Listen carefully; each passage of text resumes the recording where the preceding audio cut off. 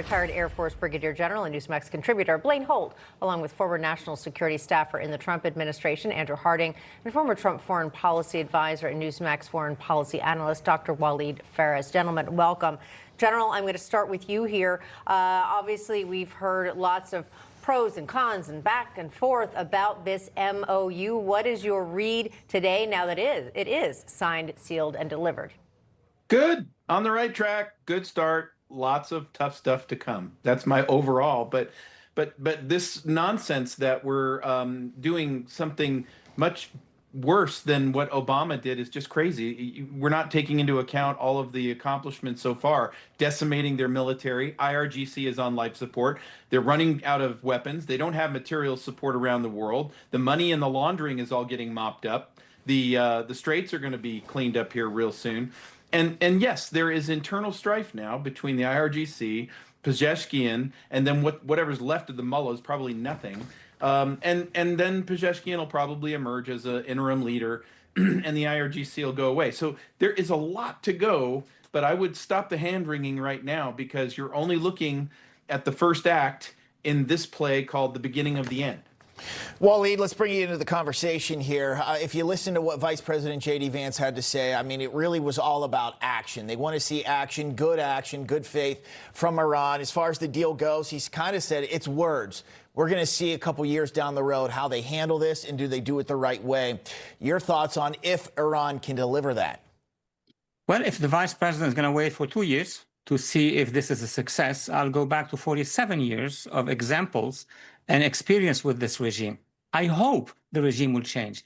I know it is not changing now. I have not seen from their speeches anything like Gorbachev or anything that would show us that they are ready. You just broadcasted right now that officials from the Islamic regime in Iran are saying they won the war. They are not in the state of mind that we imagine they are, meaning they do not express that they have lost the war and therefore a speech to the nation, we have to work with these infidels, we have to work with the United States. Having said that, reality is that the international financial system could not wait longer. We were at 80% against the regime. Had we mobilized the population, probably by now we would have been in a victory against the regime. But the international financial system could not take it. So, yes, we want to see oil flowing, we want to see petrol flowing. We had to. I am not against the fact to find an agreement with the regime, but an agreement that would not put immediately or on paper $24 billion immediately. The promise of $300 billion is fine because we have the time. But I am concerned that giving cash or allowing the regime to get cash, they can replace everything they have lost and then come back to the battlefield. But I trust our president. He has great instincts. Andrew, I want to get your thoughts on this overall, but specifically one of the provisions in the MOU is that the Strait of Hormuz is reopened toll-free, but then there is the caveat for 60 days. What happens after those 60 days if, I'll say, a revised agreement hasn't happened yet?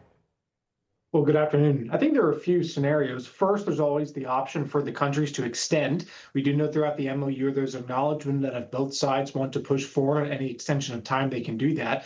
But of course, that assumes that there's going to be negotiations in good faith. That leads to a second option here, in which I think, as we're all saying here, that a deal in theory can work, but it's all going to come down to the execution of it. And a lot of that comes down to Iran proving that it can be verified the actions it's taking to show that this deal is going to be successful. So I think we're right to have skepticism and not trust the Iranian regime based off its track record. But we can also see what's different in this deal is that the president's proven not only can he enforce things, he's able to, but he's been willing to. We've been able to see what's happened throughout Operation Epic Fury all the way back in February and as recently as last week, in which the president's been willing to use American military strength to supplement that with economic power to bring Iran to the table. So Iran has an incentive to ensure that if they're going to agree that the Strait of Hormuz will be open, well, the president's made clear if they don't do that, then he can go back to bombing.